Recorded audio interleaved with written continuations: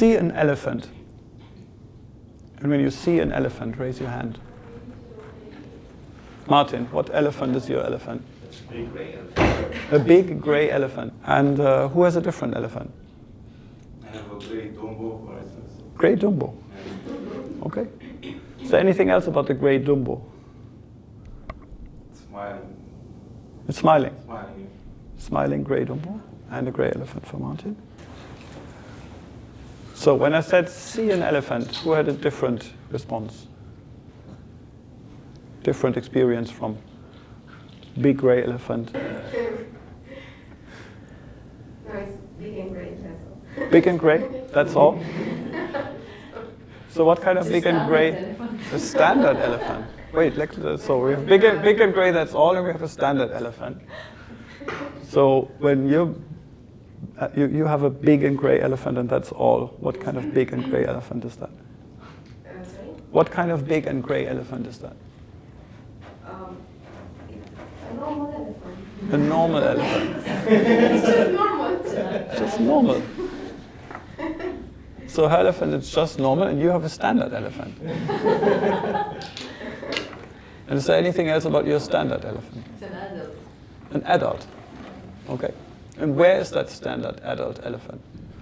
So we have a standard adult elephant and she doesn't know what to say, and that's okay. And we have a normal big gray elephant. So apart from this being a little funny and a little awkward, and yes, the getting you out of your comfort zone effect is a bit intended, but the main intention of the thing is that whenever we hear words like standard elephant, or normal elephant, or big gray elephant, we make something up in our minds. And we believe that we understand what we're hearing, but we're only understanding a little bit. And what we might be making up could be wrong. What have I been doing? You're checking the perception.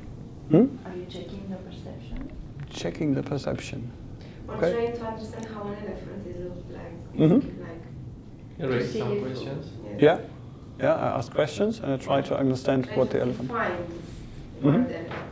Yeah. If you Trying have to- some doubts, you put some questions in order to ask those doubts. Mm-hmm. Questions about the doubts?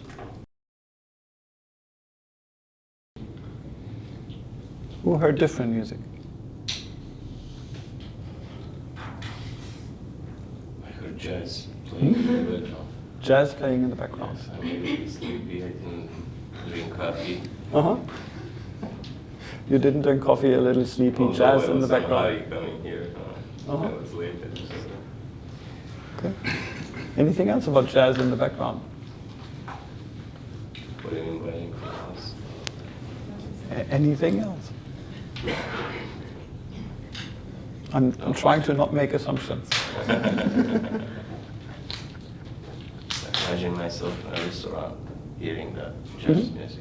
In a restaurant, hearing the jazz music in the It's background. nice, it's quiet. Mhm. Yes. Nice, quiet, and ready to get to sleep. Okay. What have you noticed now about what I'm doing?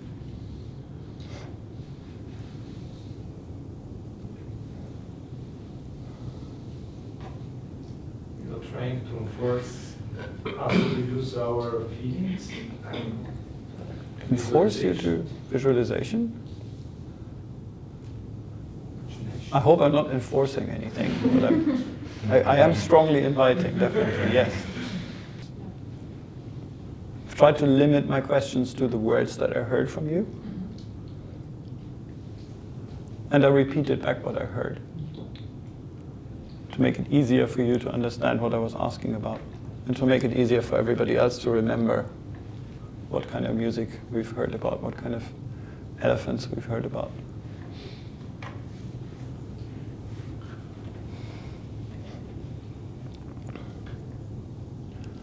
The questions that I've been asking are actually very simple, and they're on the wall there.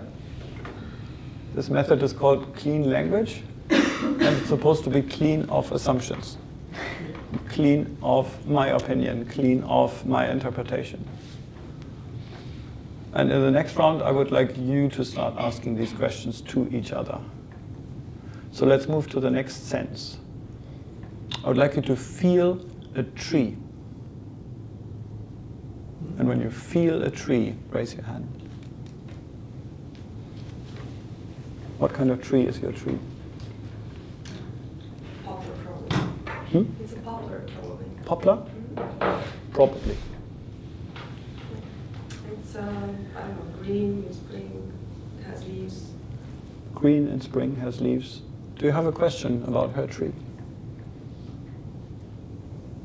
I don't know what it is, actually. It's what? Poplar. Is there anything else about it? It's big and tall. Big and tall.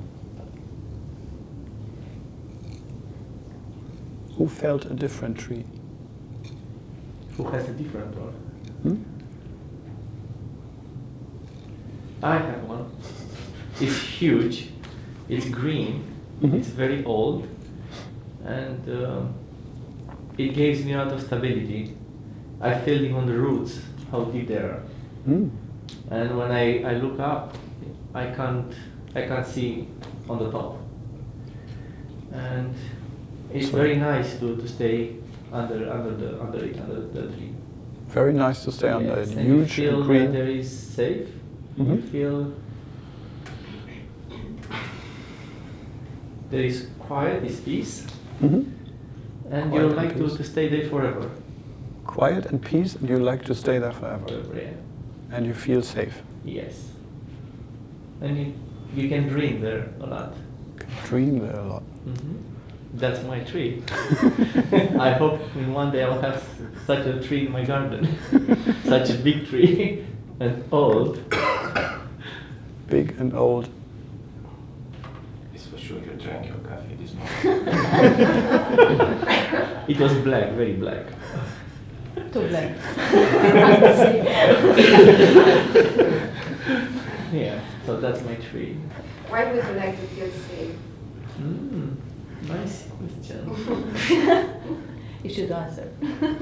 Because in that moment I'll be free to dream a lot. I wouldn't. Have any dangers? I wouldn't be in the position to feel what is around. I would just dream. Do you notice the difference between the question why is it old or why and the questions that I've been asking? Well, yeah, but why is assuming that there's a reason. And that can be difficult for the listener. In this playful environment, I think it's not a problem, but when we ask why by an adult, we tend to get defensive. Why is okay to ask if you are 3 to 5 years old? And if you are working at Toyota and using the 5 why process, probably also okay. But for most adult conversations, why is a dangerous question. And maybe Because- this is the reason why when we interact with the business in our projects, and you put the question why you need that, everybody gets, I will kill you now! Maybe not that drastic, but it It's an assumption. Sure. yes. Yeah. So why is a question that carries assumption, that elicits assumptions? Yeah. Like, why do you want to know? Like, or why do you think you have the right to ask me? It's something to be careful about. It's not wrong or right. Nothing I tell you here is wrong or right. It's about raising our awareness of what difference certain things make, and what difference our assumptions make.